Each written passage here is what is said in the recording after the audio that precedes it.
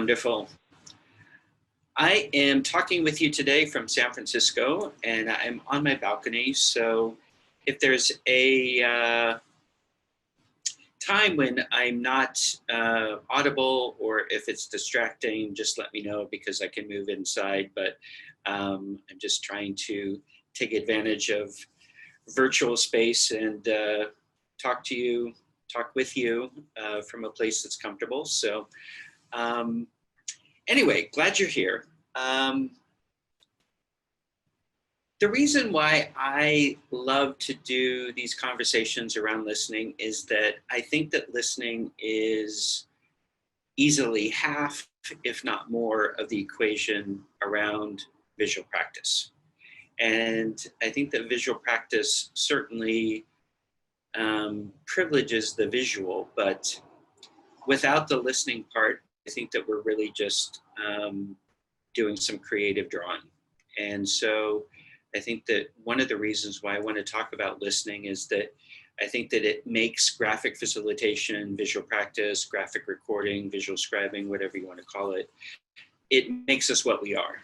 And so I think that I've been in the field for over 20 years, and it seems like whenever I go to a workshop, we talk a lot about the drawing, we talk a lot about layout, we talk a lot about design, but we haven't historically talked a lot about listening.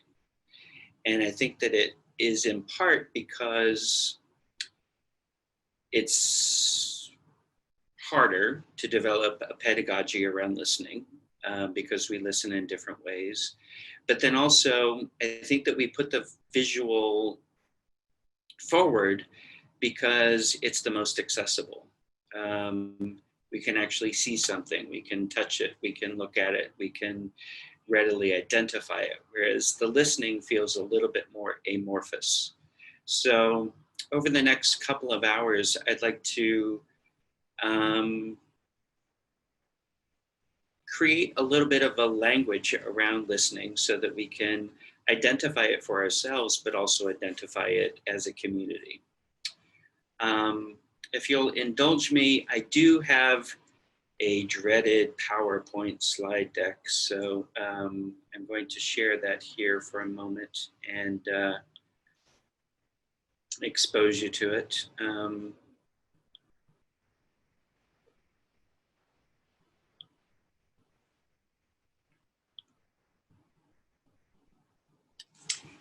So yeah, holding the listening. Holding the listening means putting it in a place where we identify it as important, where we acknowledge that it's a part of the work that we do, and that it has different meaning to us, but at the same time, it's part of our offer. So before we get started, I'm just going to let you know, I'm not calling this an agenda because I'm thinking it's a little bit more free-flowing, but calling it the rhythm of our conversation will be, I'll give you a little bit of content and stimulus. There will be some times I'm going to ask you to just take some time for moments of personal reflection, journaling, scribing, whatever you have at your disposal.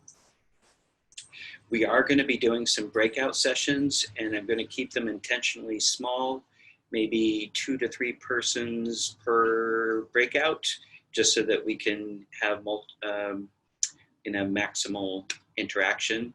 We're going to do that 3 times.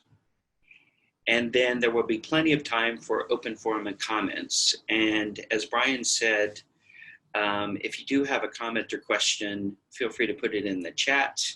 And hopefully I will see it and I'll be able to call it out and give you the floor. But if I don't, then Brian, I hope that you'll let me know.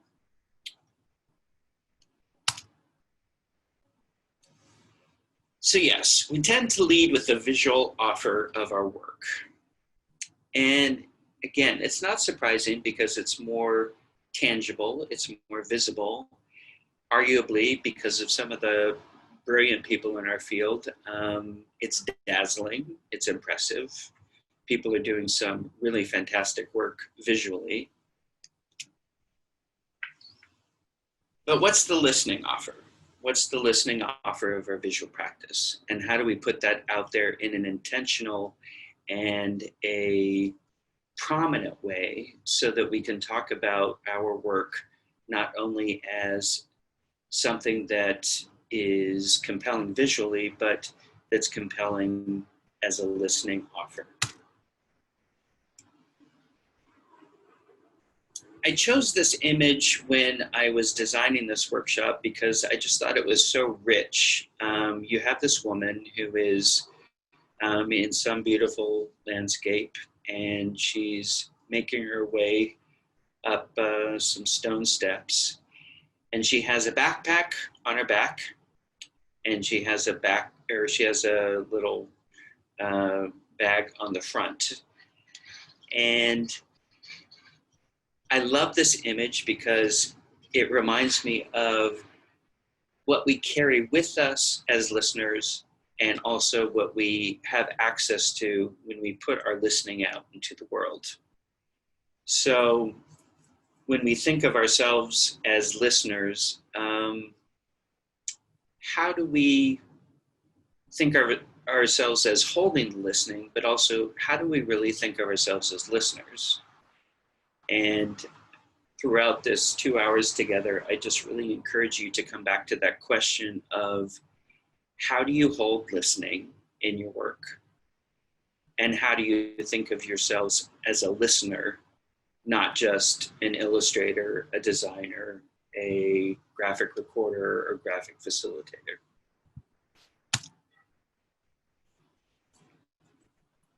I was in a listening session not long ago, and it was a workshop with a wonderful guy in Australia named Oscar Trimboli, and he is one of the most thoughtful and provocative scholars on listening that I know. And one of the questions that he posed was, what do you pay attention to? And what do you give attention to? And I'm just going to take a pause here and ask you to meditate on that question for a couple moments, and just, what does that mean to you? What do you pay attention to? What do you give attention to?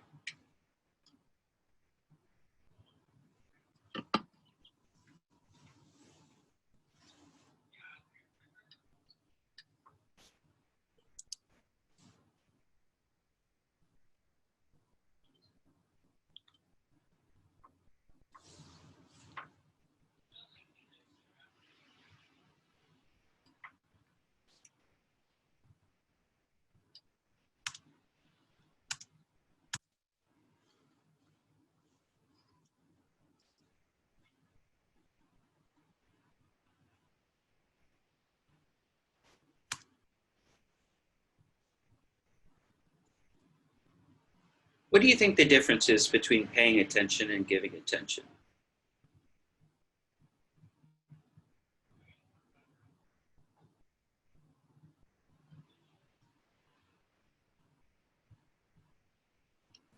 Hey, Anthony, this is Muddy. It seems like paying attention is more intentional to me. Giving attention is more taken from me or done to me. I don't know. That's how it hits me. Mm-hmm. I'm seeing some things here about transactional versus gift, need versus want, I must versus what comes from the heart, what's obligatory. And yes, I agree with all of that. I think that paying attention is something that we feel like we are obliged to do. It feels like a responsibility. It feels like something that we need to do. And I think of it often not just in terms of our work, but in terms of our personal lives, which is, you know, we are all in relationship, and when we're in relationship, sometimes we need to pay attention to somebody else because that's what they need, not necessarily what we need. But then also the giving attention is something that comes from a place of generosity, something that comes from a place of generativity, something that we give attention to because it's something that we want to do. And I think that both are important. Neither one of them is wrong. Neither one of them is, you know, better than the other. It's more just what do you feel obliged to do? What do you feel responsible for versus what do you want to do? And what do you give as a gift, as somebody said, or what's something that we do because it comes from a place of desire or generativity.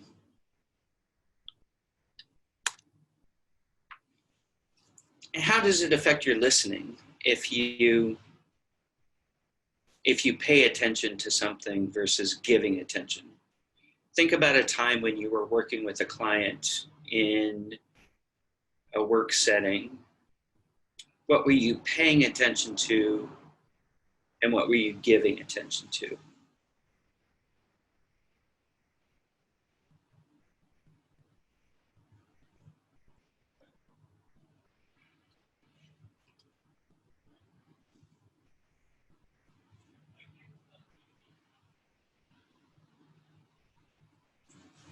I'm seeing something from Mateo around emotion. And I think that that's a really interesting comment. Just when we give attention to something, are we giving attention to something that feels emotionally resonant? Are we giving attention to something that feels like something that is within reach? I'm thinking about times when I've listened to a conversation and I give attention to that which feels like an image immediately comes to mind, or it's something that feels like, yes, I know that, or yes, that feels like it's something that's congruent with something I'm familiar with. So I'll draw that because it's available to me. Paying attention sometimes requires us to stretch a little bit more. It maybe gives us an opportunity to pay attention to that which is not as familiar, or it's something that might feel like it's even a little bit outside of our bandwidth. And I'm just going to give you a couple seconds more just to think about that and to ponder on what we pay attention to versus what we give attention to.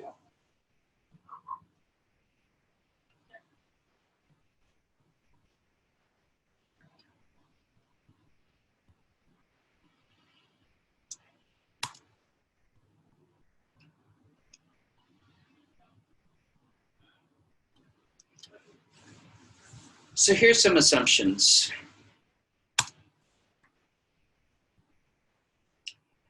I'd offer that visual practice is an ethical and moral practice where we act in service in listening to a conversation.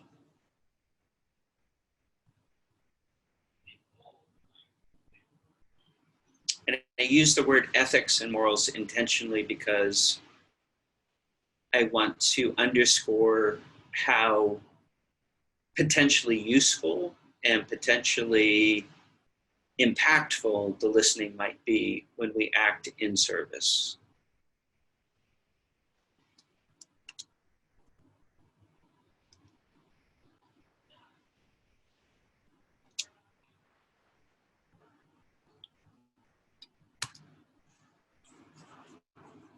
So this is one definition. It's not the right one, it's not the only one, but ethics are a set of morals based on what a community says is right or wrong. Morals are individually based and rooted in our own personal beliefs about what's right and wrong. So when I think about visual practice as being a moral practice or an ethical practice, I'm thinking about it as, again, it's not just that we show up and listen and draw, but that there's something about it that really is rooted in some broader ethic or moral about why we're doing it. It's not that we're doing it just because it's entertaining, although sometimes we get hired for that. It's not that we're doing it just because we like to draw, although I think that a lot of us do. But what's really at the core of the practice that makes it ethical and that makes it moral? What about it really gets to that idea of we're doing something in service, and it's through the listening that we are acting in service that is beyond just pretty pictures? Again, I think that the pictures can be dazzling. The pictures can be really, really compelling. But how do we get to that? We don't get to that just because we're inventing something out of whole cloth. We're getting to that because of the listening. But when we create something on the page, when we create marks, when we create graphics, when we create connections, when we create something that's visible to the group, what's ethical about that? What's moral about that?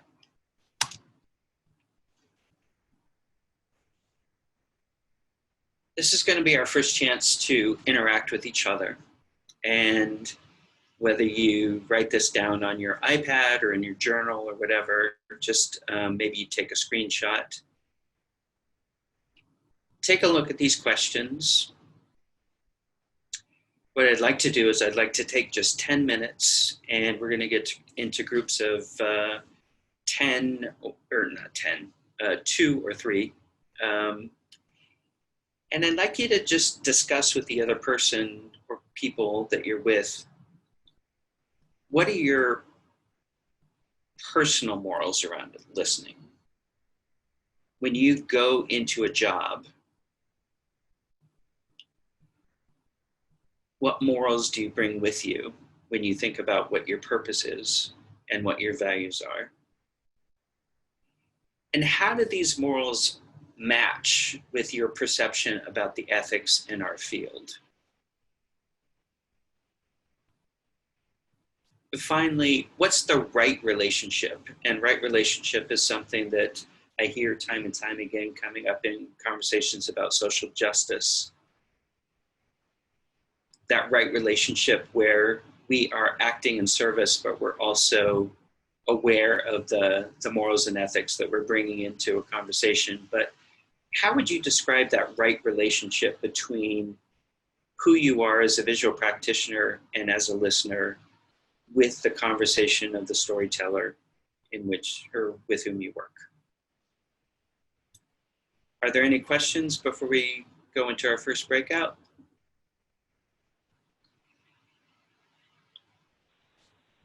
Okay, if anybody has any challenges, just let me know. At the bottom, there'll be a button that says Ask the Host for Help. See you soon. Anthony. It's fine now. I'm glad. All right. Do we have everybody back?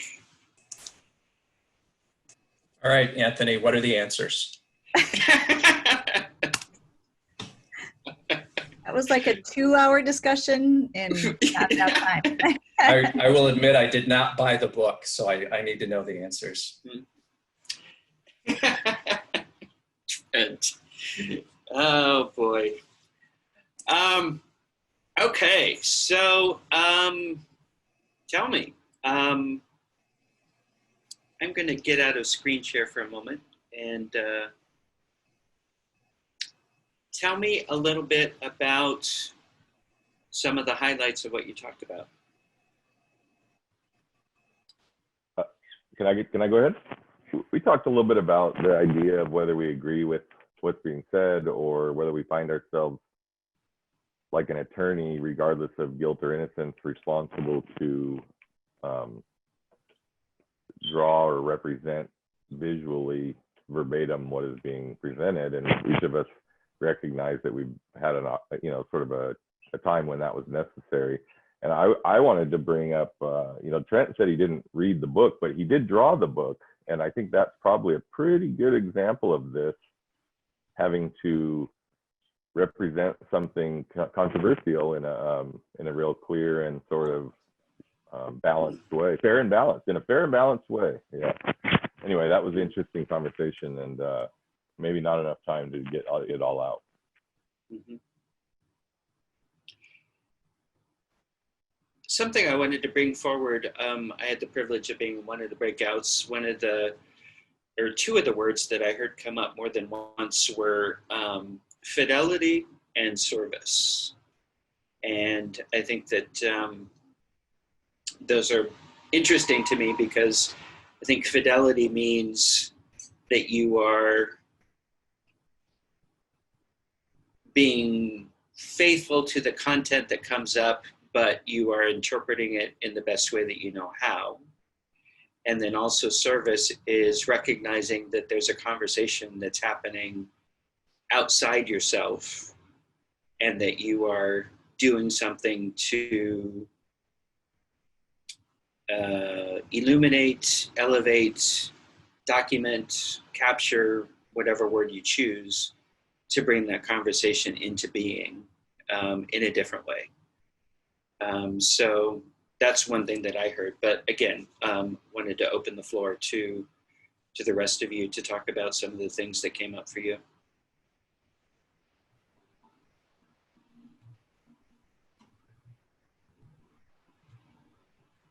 Is it our responsibility to just essentially be another arm or whatever of the instrument of the speaker, as a recorder anyway? Mm-hmm.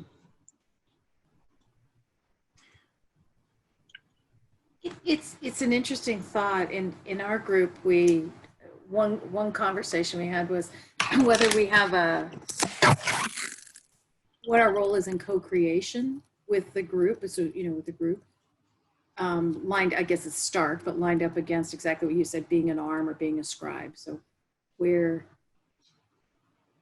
is that? That's where we got to in thinking about it from a moral perspective.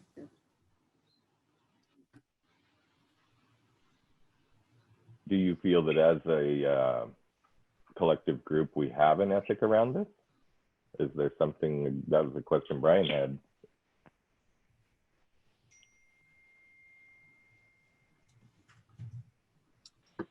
It was related to the second question, which is to the extent to which your personal morals fit or diverge with the perception of ethical listening in the field. I'm not sure what the perception of ethical listening in the field is. I don't think there's enough people having this conversation. Yeah, we had that thought too. Like before we could think about how they fit or diverged, I mean, the primary question is what is, well, not even the perception, but well, what is our perception of the ethics of the community, of listening in the community? And then how do our morals about listening collide with those? It's a very complex question. Yeah, oh, go ahead. Go ahead, Cheryl. I was in the group with Rachel and generative listening. You know, we hear lots of generative scribing, but generative listening, Ashanti shared, and that's fascinating to me. I think that describes again how we are being of service to the group. But that is also, I guess you couldn't say that's a filter. So just being aware of that as well is interesting. So let's play this out in real time. When you're in the meeting room, either as a recorder or as a facilitator, and you're focused as a facilitator on keeping the conversation going, moving through the agenda, making sure things get done on time, reading the room, seeing who needs to go take a break, who needs more coffee and water. If you're there in the room as a recorder, you're trying to capture it, you're sketching it, you're visualizing what's going to come next. you've got all those mechanistic things going on around you. And one of the points during our breakout really centered around that idea of so much of I'll put it in my own words. I know I can feel at times I'm in that position where I'm being very transactional, where it's just, you know, I got to get it on paper. I got to make sure they get into the next exercise and get it done by 2 o'clock so we can go on break.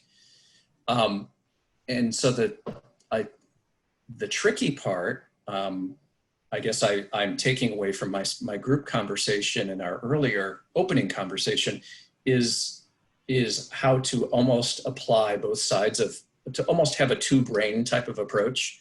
Yeah, I'm transactional. I'm here to deliver a product, but as Anthony was saying, how do I separate from that transactional side to ask the questions I know I need to ask so that I get some of those answers and compel people to share a little bit more, reflect a little bit more, think about what they've just said and think about what others in the room are saying.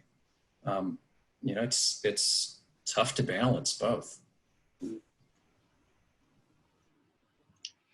Did anybody have any revelations about their own personal morals around listening? Did anybody say, this is a moral that I didn't know was there, or this is something that I really hold dear and it is something that I carry with me every day in my work?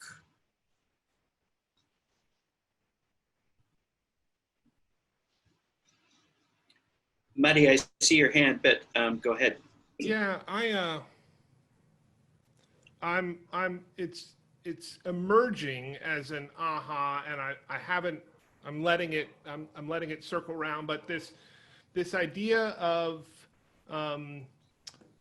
so the 30-second context is, I had some echoes around the NovaScribe session with Kelby, where she was talking about different levels of scribing, from this kind of very literal down through much deeper and intuitive levels of scribing. And as Andrea and I talked about being faithful and serving the group, it seemed like there's room for those different levels within there. And where this ties into the answer to this question of where my revelation around personal morals have been is, I have become more aware in the past probably 2 years that I do apply a filter to my listening, to the extent that I'm listening for the best in others, or I'm trying to listen for the best in others.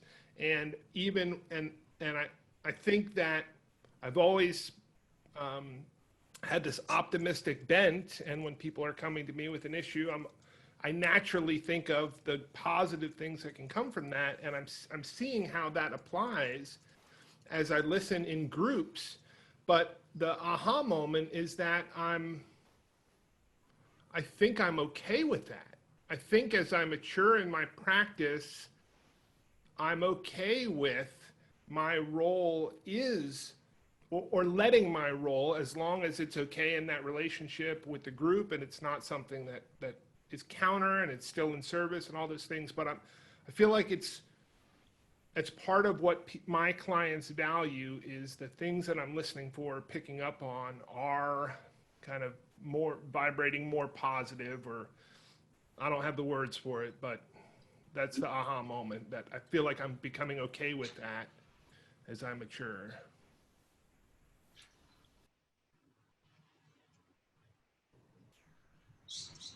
I'm going to move us along just a little bit. We're not losing this, but we're just kind of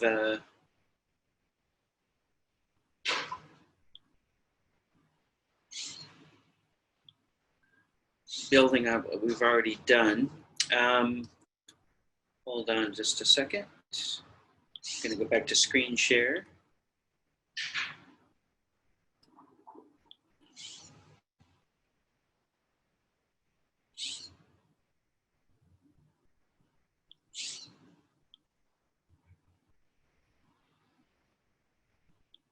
Come on. I'm wondering, while you pull your slides up, can I add one thought here? Sure. So first of all, I'm Sarah Kornhauser. I'm late to the party today, and I'm really new to this group. So thanks everyone for having me. And I love that question that you just asked about sort of your values around listening, and listening to the last person who spoke about how you really lean into optimism. The thing that came to mind for me that I've been really focusing on in the last 2 years is not just how you lean into optimism, but also how you lean into the heat or the tension of the moment. And like that, I think sometimes in that space, it's my inclination to want to lean out of that, but that there's so much, there's such a wealth of knowledge that can come if you can understand how to comfortably hold that heat and not let it get out of control, but hold it and let it simmer. Yeah. Thank you for that comment about optimism. We're going to be talking about that in a little bit when we get to subjectivity, but I think that that's really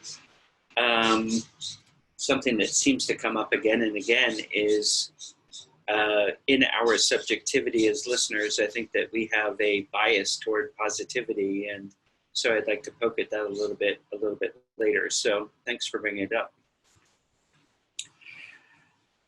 So in addition to ethics and morals, I am curious about position, because I think that position as listeners means a lot of different things. When we think about our position, it can be anything from where we are in the room, back in the good old days when we used to do work in rooms, and then also even in virtual spaces, how we are positioned as listeners in nearby conversations. So some things that I just wanted to put out there about position. It's spatial. Some of that is just what I said, where we are in the room, whether it's a physical room or a virtual room. It's dialogic. Sometimes our position isn't revealed until we find ourselves in conversation and where we are in that conversation. Oops. Sorry about that.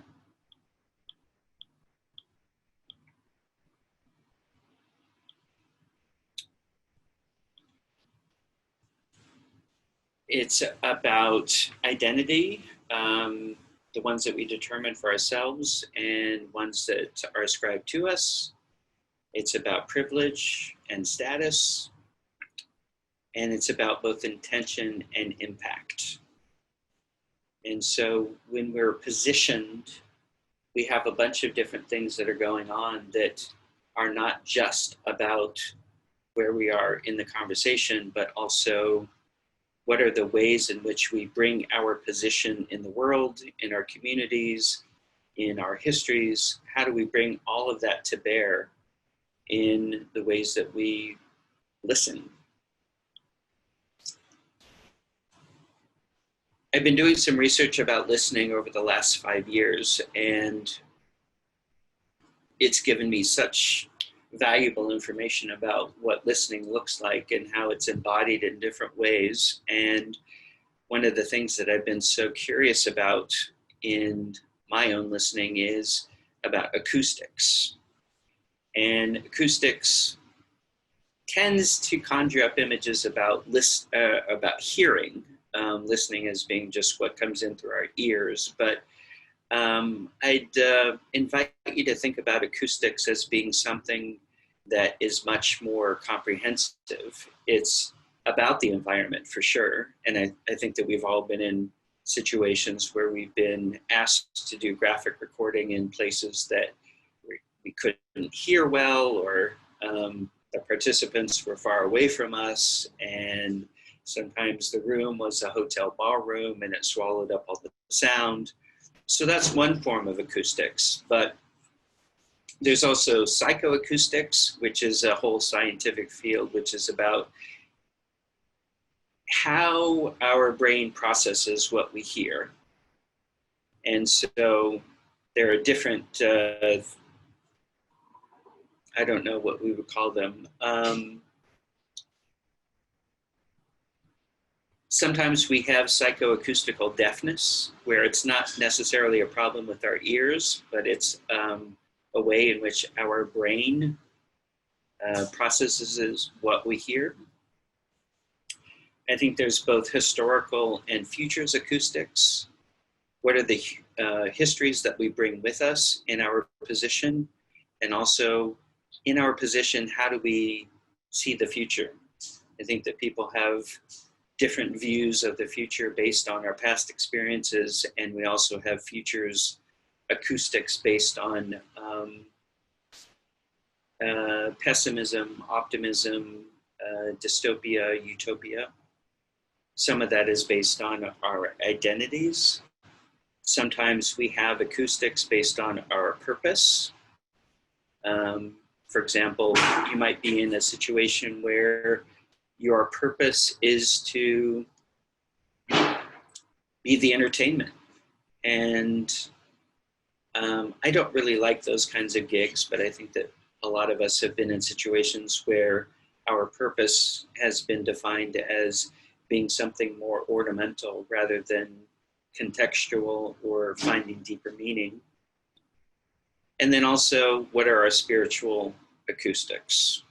How do we find a sense of meaning in our position in the room or in relationship to our listening and with other people?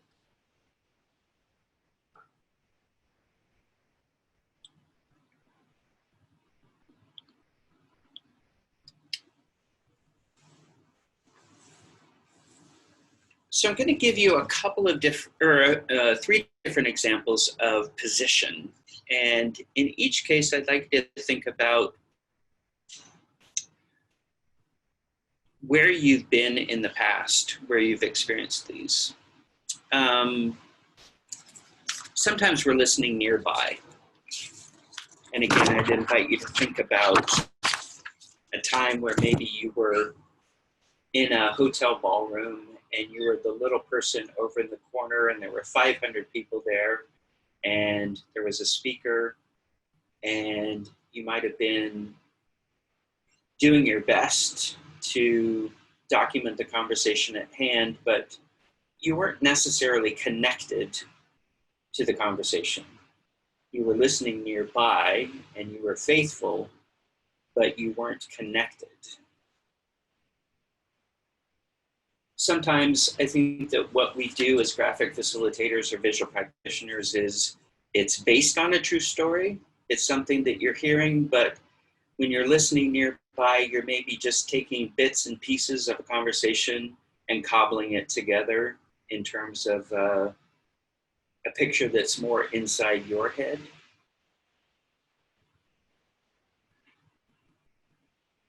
There's often not a lot of dialogue between you as the listener and the person or the people who are doing the storytelling. And so you're adjacent, but you're not involved with. And then I think that there is this thing in our field where people think that even if you're participating in the conversation as the scribe, you put yourself at the center. Even if you're listening nearby, you're saying, hey, look at me. This is a conversation that I'm creating. This is a conversation that I'm having in my head based on what you're doing. But all of the benefits really accrue to you as the listener, not necessarily to the people who are having that conversation or who are listening to that conversation.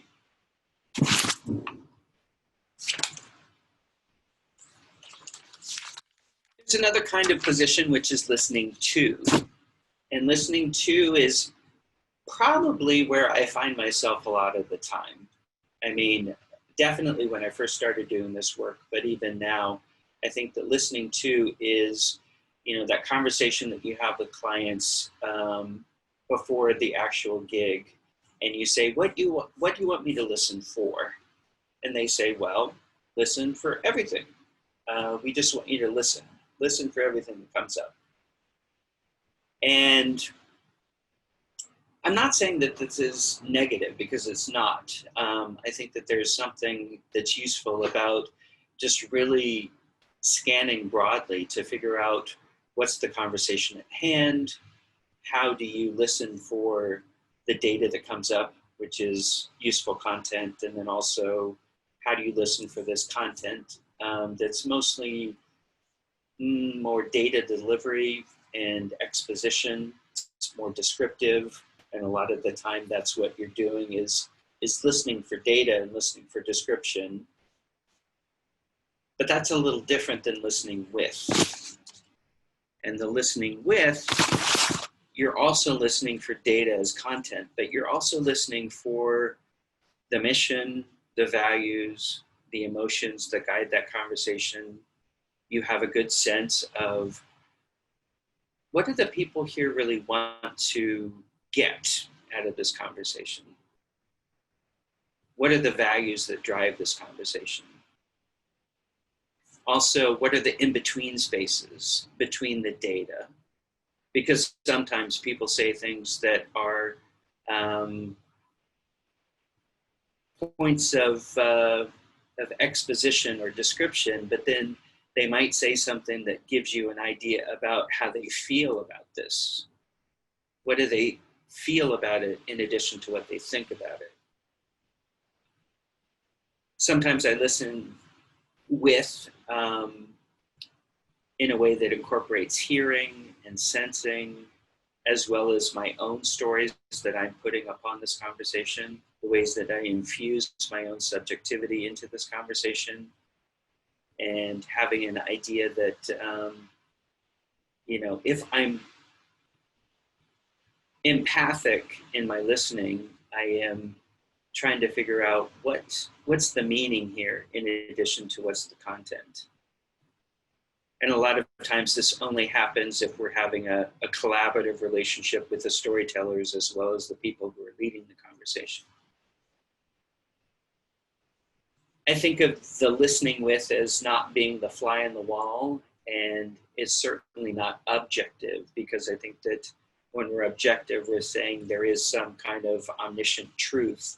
But when we're listening empathically and when we're doing this kind of listening with, we're really attuned to the people that are having the conversation and what they're wanting and needing, in addition to how do our own values and how do our own stories come to bear on this.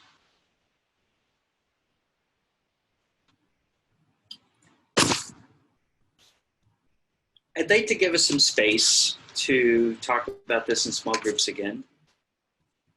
And I want to take about 15 minutes for this, because I think that this has a little bit more girth, and I just want to allow the space for it. But the questions that I have are, when can you change your position?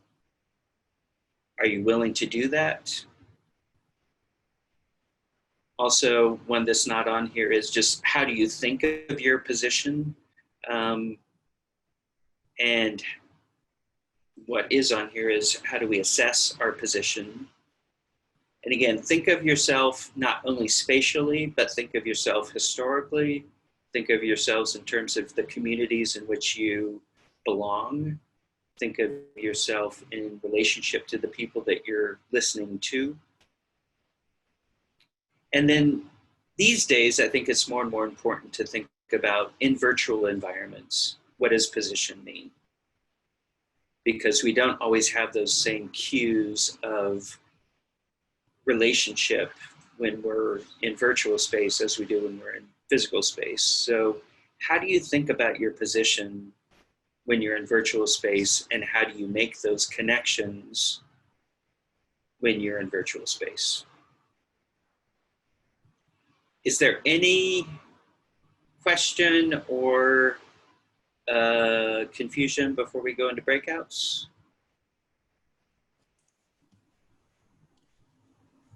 I wonder if it'd be helpful to go back to your description of position. Sure. Yep.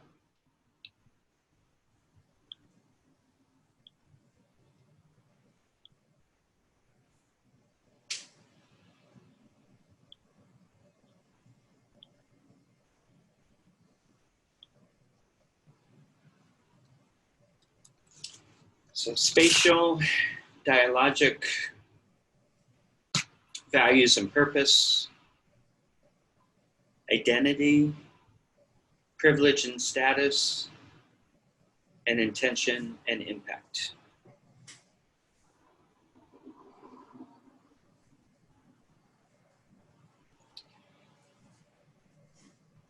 Let's take 15 minutes for that, and then we'll come back and we'll talk more.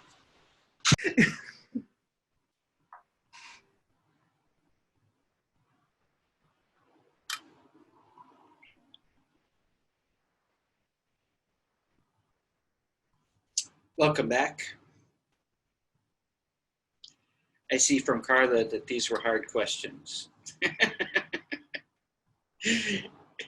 And yes, they are hard questions. And unfortunately, we don't always get to delve deeply into them as much as we would like. But just reflections or comments.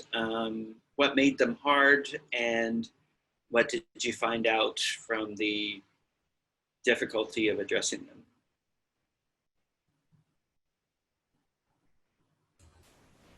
We had a really rich conversation about sort of jumping off from the questions, but also just unpacking the content that you shared before, and reflecting on the different forms of acoustics and the importance of this continuous self-awareness of how your listening is being shaped by your position.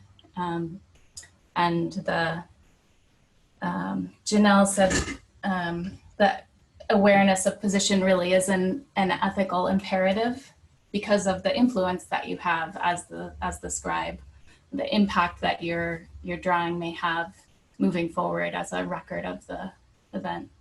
And I think that really resonated with all of us.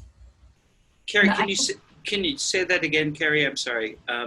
It is or isn't? It is, that awareness, being self-aware of your position is really an ethical imperative. Mm-hmm. And I just wanted to touch on the virtual environment question. We didn't get to talk about it in our group, but I feel like it's that particularly the privilege and status piece of position is showing up in the virtual environment a lot mm-hmm. for me, and that people just have different abilities to attend and be present and participate based on how good their access is and how good their virtual setup is and all of that. Yeah. And everyone sort of looks equal in their boxes, but actually we may be having pretty different experiences. Yeah, I was just having a conversation today as I was planning something for next week. We were planning to use Miro, and it's a great platform, but when we were thinking about using Miro in tandem with Zoom and then also having a Google Doc, we were like, okay, that's great if you have 3 different screens, but what does that mean for the technology that people have available to them? And is everybody going to be able to participate in the same way if we don't have all of those tools and instruments at our disposal? What other thoughts came up around position? I think that I wanted to call it out because, again, I think that it's easy to think about position when we're thinking in physical space, but then also when we think of historical and future space, when we think about who we are in the world and how we bring ourselves in many ways to our work, what does position mean?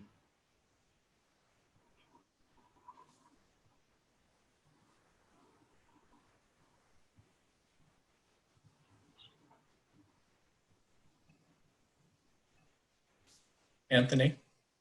Yes. Trent here. I wanted to share 2 nuggets that came up during our conversation here that I wrote down from our colleague David, who had some profound thoughts on how our business is changing now as we move to a virtual environment, and how that changes our position and our role, and also potentially complicates the work that we do in service to our clients. One of the other really cool phrases that he used was, are we being instrumented or are we being instrumental? So if you're a recorder, are you there just to be instrumented and be part of the showcase and the fun? If you're a facilitator, are you just there to be the MC and deliver the agenda that they've already designed? Or are you being instrumental in helping shape the conversations and really help the client peel back the layers on what might most be of service to them, and not just the products, but the kinds of conversations that they might need to have. That's great. It's fantastic. I like that distinction too. Brian, just a quick question about our logistics here. I can make my slides available, but is the chat going to be available as a document afterwards? If that's okay. Yeah, Okay. we can share that. Okay, great. Any other quick comments before we move along? One thing that Muddy and I talked about was flexibility of position, and it goes, I think it adds to that instrumental versus instrument. How flexible you are in being able to change your position, but also the situation that you're in, how flexible is your client to changing the position. And some environments are much more friendly to a change of position. The virtual environment where everybody is, the equally sized box on the screen is harder. Yeah. Yeah, I think we've all been in positions where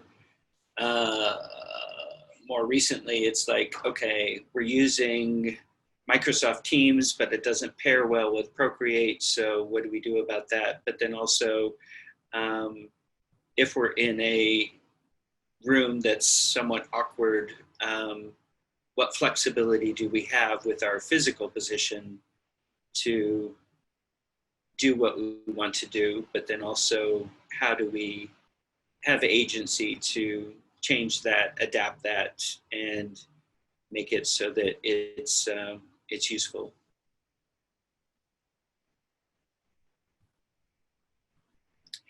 Any quick comments on, and again, a lot of these are just theories that I put out there, and so some of them are unstable and certainly open to interrogation, but listening nearby, listening to, listening with, are any of those things that that gave you a moment of pause?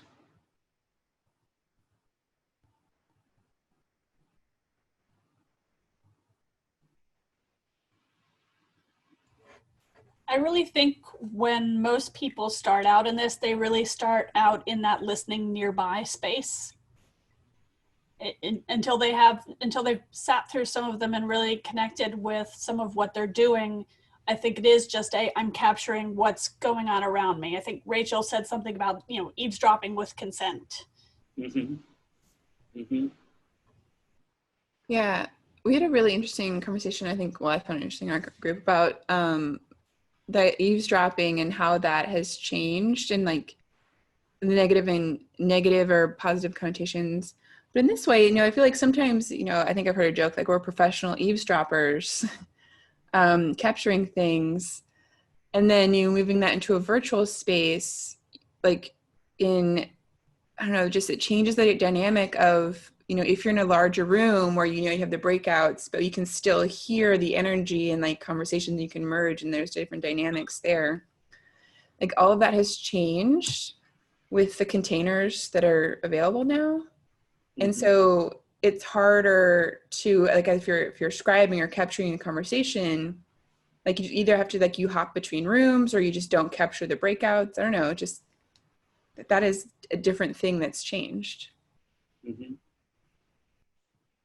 I feel like even hopping in between rooms, if you're, if there are breakout groups in person that you're hopping between, you can hang back and not become part of that group physically.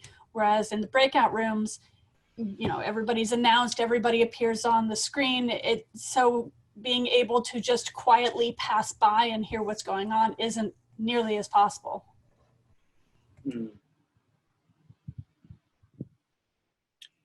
Brian, I know that when we were developing this agenda, you had a thought about another category, which would be listening for. Do you want to speak to that for a moment? Yeah, so there was the listening to, which is at the content level, and then there's the listening with, which is the sort of that eavesdropper with consent.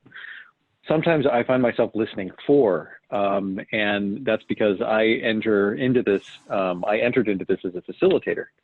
And so when I'm facilitating, I listen for specific group dynamics, simply as somebody dominating the conversation or some people fading back.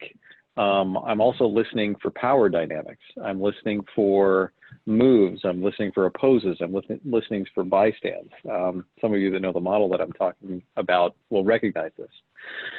So I think sometimes what I'm trying to do is to listen not so much to the what people say, but what's beneath that and what might be the motive of that might give me some insight in terms of the group dynamic, which would then tell me, okay, what is the right question that I need to ask, or what is the right move that I need to make in order to shift this such that we're not falling into the traps of group dynamics, such as groupthink or any of the others. Anthony, that's what I was getting at there. Yeah, thanks for that. Yeah, I think it's a useful addition. And I know that on more than one occasion, clients have said, could you listen for insights, or could you listen for potential strategic moves, or could you listen for discontinuities? And so I think that sometimes it can be a filter for the way that we listen, so that we're not blocking off the rest of it, but we're honing in on something different, or we're honing in on something specific. I'm going to move us along just to this last part of it. So ethics plus position to me equals subjectivity. And subjectivity is interesting with listening because to me, subjectivity and listening go together hand in glove. Our listening is not pure. Our listening is not objective. Our listening is not something that is unencumbered by all of the things. And I love this image, and I'm coming back to it here because I think that we have a couple different packs. We have what we're carrying, and then we have the pack that enables us to act as storytellers and story listeners in the world. And it doesn't mean that it's immutable. It doesn't mean that these are the only packs that we will ever have, but it also means that we need to pay attention to them because they have everything to do with the way that we listen and the way that we think of stories. So what does subjectivity mean? And how does it affect how we listen? Subjectivity are our biases, our stories, our individuality, opinions, emotions, tastes, styles. And one of my very favorite quotes in all of the world is by the poet Muriel Rukeyser. And she said, "We are not made up of atoms, but we are made up of stories." And so what I think about that is,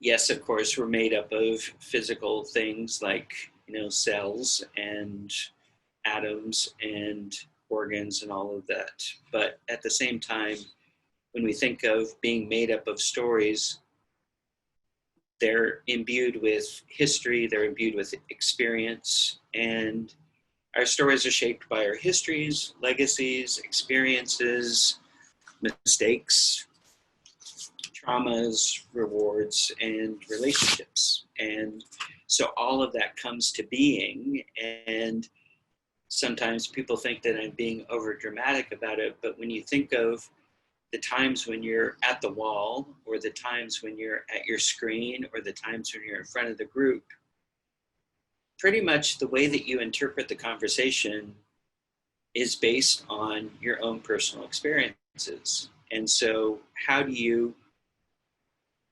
acknowledge that, but at the same time, how do you integrate that so that you're aware of what kind of conversation you're having? The good thing is, people often hire us because of our subjectivity.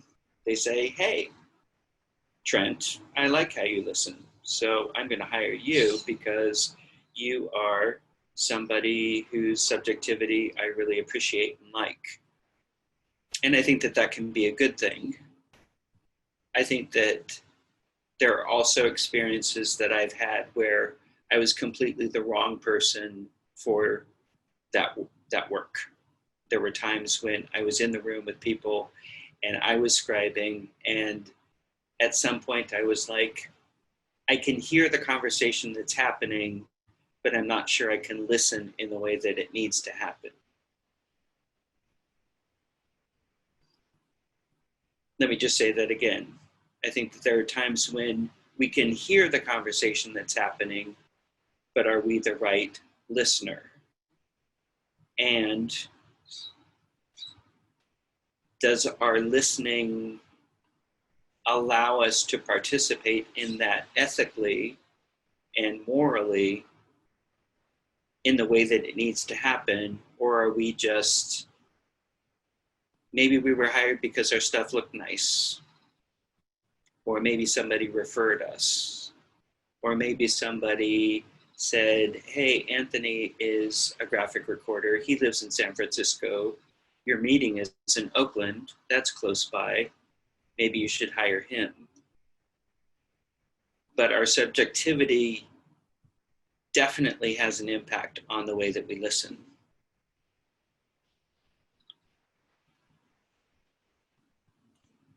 I like to think of subjectivity in terms of stories. And I like to think of that because there are stories that we tell ourselves about our work. I think that a lot of times our stories are the filters through which we listen. Our stories are the ways that we make sense. And I've seen many, many, many people in this field, not wrongly, but I've just witnessed people saying, what I do is I'm a listener and I'm a sense maker. What I would offer here and what I would challenge you on is the way that you're making sense the way that other people make sense? And how do your stories influence the way that you make sense? So when you're coming into a room and somebody has hired you for your subjectivity, what are those stories that influence the way that you make sense and the way that you listen to what you're hearing? We're going to do one last small group. We're going to do it for 10 minutes. But these are the questions that I'd like you to consider. What stories do you bring to your work? How do they help you? When did they get in the way? Is there a way to change your subjectivity? I would offer yes, but it's up to you to decide how you want to do that. And how do you test for bias or opacity? I'm sure you all know what opacity means. It just means what you're not clear to. I'm trying to get away from terms like blind spots and tone deaf because I think that they have ableist connotations. So I'm trying to get into other types of descriptions like opacity. So for the next 10 minutes, let's go back into our small groups and think about what stories do you bring to your work? How do they help you? How do they get in the way? And if you were to interrogate your own subjectivity, how would you do that? Okay, I'll go ahead and put you in a breakout. Joe, just to let you know, your partner seems to have gone away. I've reassigned you to a new group. See you back in 10 minutes. An LQ was a phrase that came up. So if we want to trademark that, it could be your new book, Anthony. Say that one more time, Greg. Instead of IQ and EQ, your emotional intelligence, your Got listening, your LQ. Yeah, so I like it. I do too. I want to cut though. I will credit you. Okay. All right. Welcome back. VQ. Yes, LQ and VQ. I like it. All right. We have 10 minutes left. I'm not going to do screen share. I'm just going to go off my notes, but I wanted to just reflect back to you a few ways in which subjectivity happens in visual practice, and I want to see if some of that resonates for you. As we talked about at the beginning of our session, I think that there's a certain bias among our community toward positivity. I mean, if you look at the majority of our charts, we're all smiling with our hands in the air. Star people represent. Yes. Woo. Yeah. And so I think that that's one example of subjectivity. I think that another example is I need to make this look pretty in order for it to matter. And so inherent in that idea of what pretty is, I think that there's a whole truckload of subjectivity. And, you know, I think it's wonderful that we appreciate the work in the field that we really admire. And we can look at something by Sam Brad, or we can look at something by Trent Wakenight, or we can look at something by Christopher Fuller, we can look at something by Kelby Bird and say, oh my gosh, that is just beautiful. And at the same time, I think it's important to recognize that even within that, we are ascribing some subjectivity about what that means to be successful in our work. Some of the things that I might caution us about in terms of subjectivity are just the ways that we might rely on our histories that are often informed by the dominant culture. Like if somebody says family, do we draw a heteronormative family?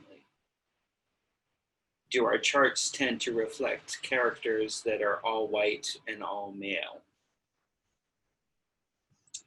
Brian shared with me something that was really interesting about working with a group, and the graphic facilitator included a lot of stuff with Easter eggs and Easter-like imagery, but unfortunately it happened to be with a Jewish group, and so it wasn't necessarily something that was helpful.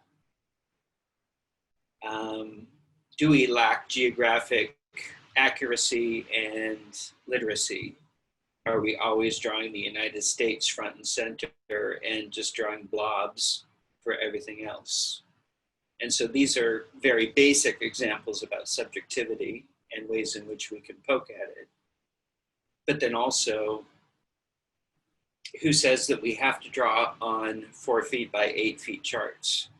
Who says that we have to use the same textures and the same colors and the same kinds of layouts?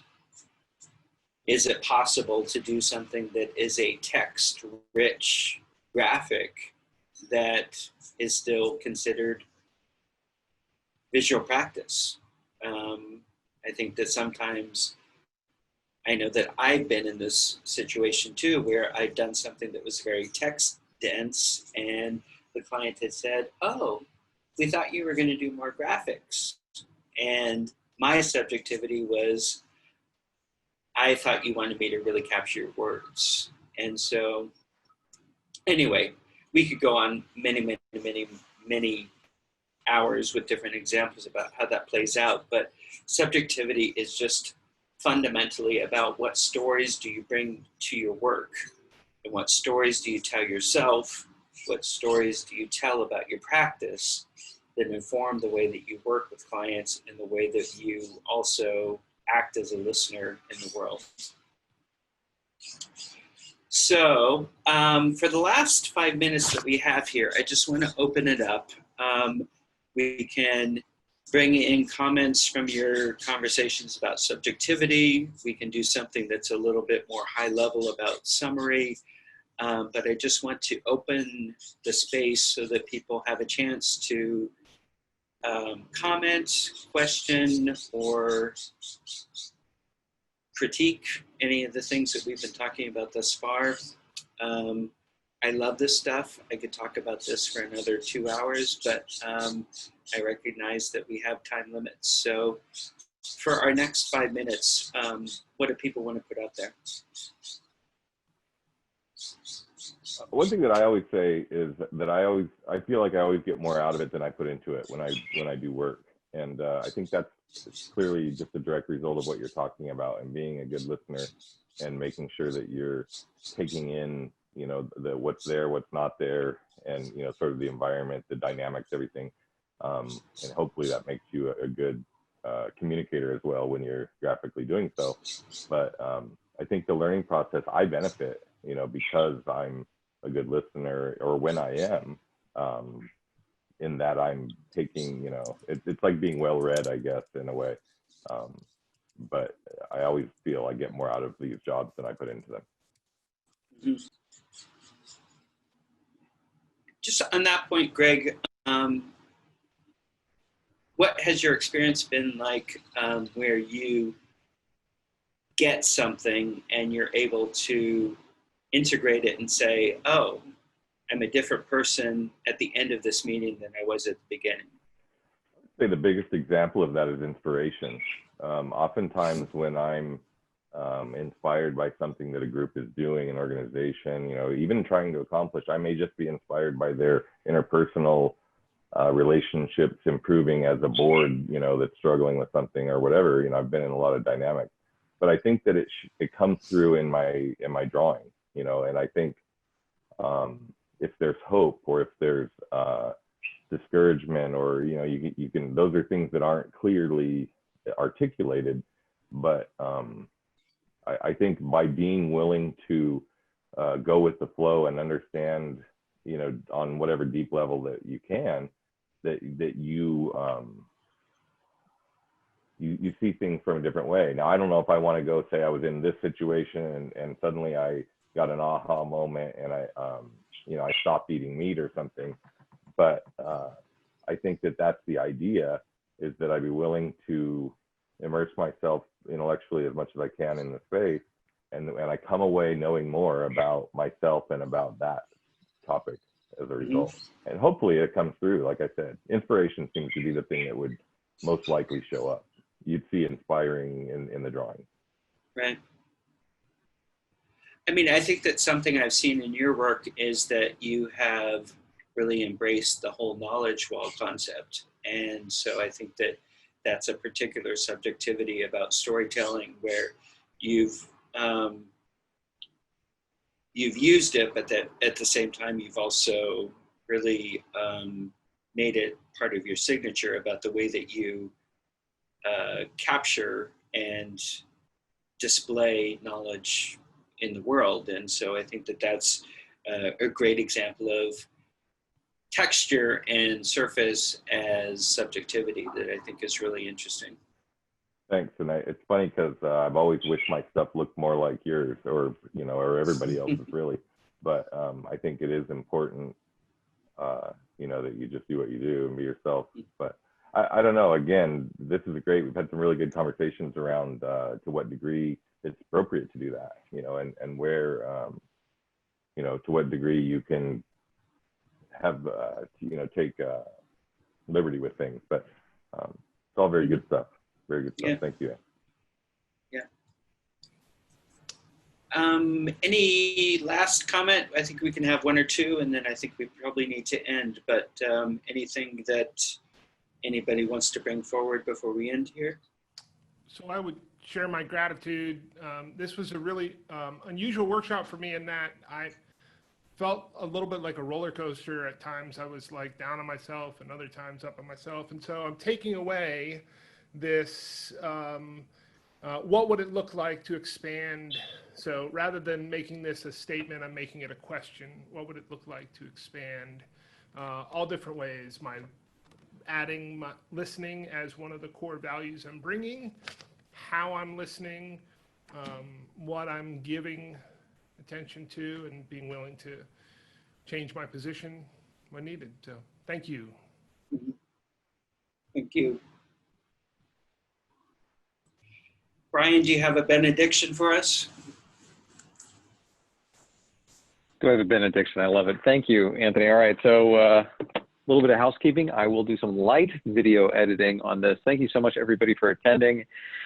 And especially, let's give Anthony our thanks for taking us through this journey. Thank you, Anthony. Yay.